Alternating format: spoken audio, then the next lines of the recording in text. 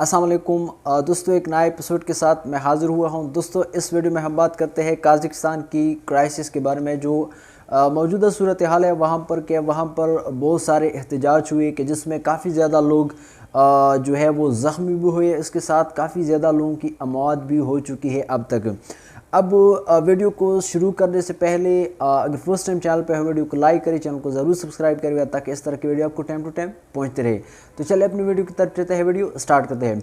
दोस्तों, सबसे पहले हम काज़ाकिस्तान की जो जोग्राफिकल लोकेशन है उसके बारे में थोड़ा सा हम बात करेंगे कि काज़ाकिस्तान कहाँ पर वाक़ है।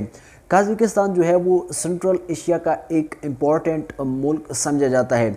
इसकी अगर हम बॉर्डर की बात करें तो उसकी जो नॉर्थन साइड पे जो बॉर्डर है वो रशिया के साथ मिलती है, साथ ही साथ जो ईस्टर्न बॉर्डर है वो चाइना के साथ मिलती है। और अब इसके बाद अगर काज़ाकिस्तान के बारे में थोड़ा सा हम बात करें तो वो दुनिया के टॉप 15 जो ऑयल रिचेस्ट प्रोड्यूसिंग कंट्री है। अब इसके बाद हम बात करते हैं दोस्तों कि वहाँ पर बेसिकली हुआ क्या काज़ाकिस्तान में, ये क्राइसिस किस वजह से आई।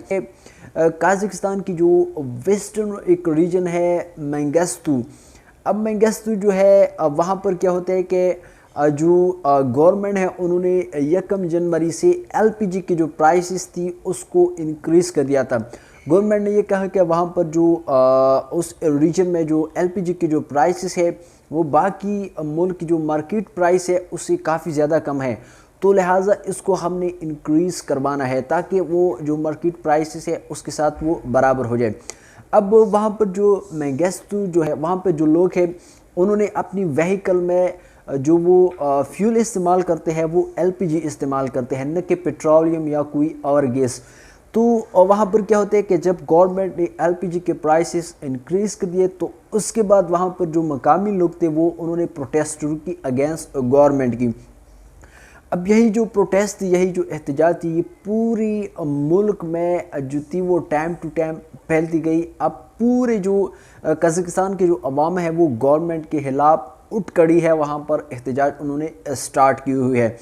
अब यहाँ पर अगर बात करें कि क्या एलपीजी के प्राइसेस है, कज़ाकिस्तान की जो क्राइसिस है इसके पीछे यही वजह है, बिल्कुल भी नहीं दोस्तों। ये जो एलपीजी की प्राइस है ये सिर्फ एक ट्रिगर पॉइंट है। अब यहाँ पर जो मेन इशू है वो यहाँ पर हम आप लोगों के साथ डिस्कस करेंगे कि असल वजह क्या है इस जो प्रोटेस्ट है इसकी वजह।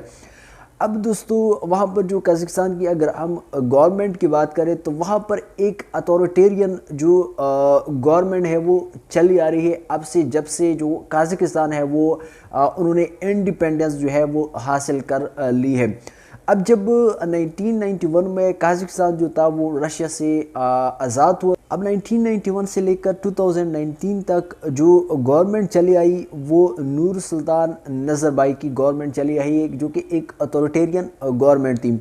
अब उसके बाद क्या हुआ कि जो 2019 में इलेक्शन हुई है वहाँ कैंडिडेट सेलेक्ट हुआ, जो कैंडिडेट इलेक्ट हुआ उसका नाम है कासिम तुकाई। अब कासिम तुकाई जो है अब जो है वो मौजूदा कज़ाकिस्तान की प्रेसिडेंट है।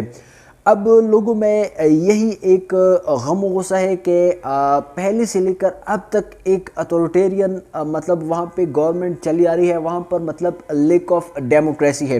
वहाँ पर लोग जो है वो एक डेमोक्रेसी चाहते हैं। एक तो यही वजह है इस प्रोटेस्ट की।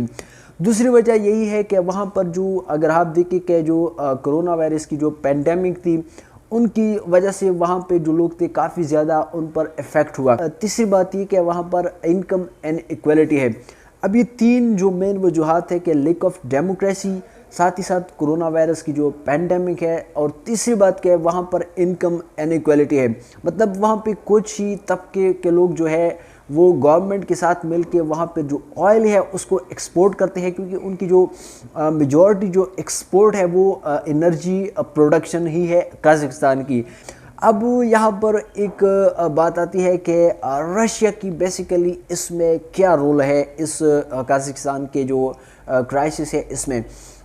अब जो कज़ाकिस्तान है वो काफ़ी ज़्यादा अलायंसेस की वो मेंबर भी है, लाइक जिसमें शंघाई कोऑपरेशन ऑर्गेनाइजेशन है, इसके साथ जो جو ٹرکی کاؤنسل ہے اس کے بھی وہ ممبر ہے۔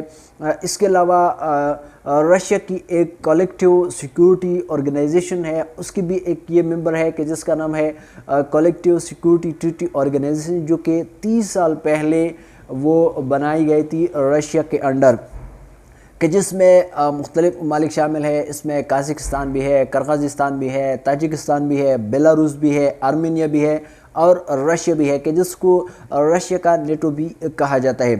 اب اس طرح ہوا کہ جب یہ پروٹیسٹ جو تھی وہ وائلنٹ شکل اختیار کر گئی تو کیا کر دیا، قازقستان کی جو پریزیڈنٹ ہے قاسم توکائی، انہوں نے رشیا کو ریکویسٹ کی کہ آپ جو ہے وہ پیس کیپنگ فورسز جو ہے وہ بھجوا دے قازقستان، تاکہ وہاں پر جو گورنمنٹ کی جو سیکیورٹی ہے، گورنمنٹ کی جو فورسز ہے اس کی ہیلپ کرے، مطلب مزید جو گورنمنٹ کی جو بلڈنگز ہے، اس طرح کی جو انسٹیٹیوشن ہے یا گورنمنٹ کی جو مشینری ہے، ان تک کوئی مطلب اس کو کوئی مزید نقصان نہ پہنچائے۔ جو رشیا ہے انہوں نے CSTO مطلب کلیکٹیو سیکیورٹی ٹریٹی آرگنائزیشن کہتے ہیں، وہاں پر کیا کر دیے کہ اپنی جو پیس کیپنگ جو فورسز ہے وہاں پر ان کو بھجوا دیے۔ اس پر اگر ہم دیکھیں کہ انٹرنیشنل طور پر جو یورپ ہے یا امریکہ ہے، انہوں نے بھی کافی زیادہ کویسچن اٹھائی ہوئی ہے کہ رشیا کس حیثیت سے قازقستان میں انٹر ہوا ہے۔ اب جو قازقستان ہے انہوں نے مطلب قازقستان کے پریزیڈنٹ نے اس کو ریکویسٹ کی تھی کہ اب جو پیس کیپنگ فورسز جو ہے CSTO کے مطابق وہ وہاں پہ بھجوائے، تاکہ جو وائلنٹ جو پروٹیسٹر ہے وہ مزید جو گورنمنٹ کی مشینری ہے ان تک اس کو کوئی نقصان نہ پہنچائے۔ تو دوستوں امید کرتا ہوں ویڈیو انفارمیٹیو لوگ ہوگی، انشاءاللہ نیکسٹ میں ملتے ہیں۔ اپنا بہت سارا خیال رکھیے گا، اپنے دعا میں یاد رکھیے گا۔ اللہ حافظ۔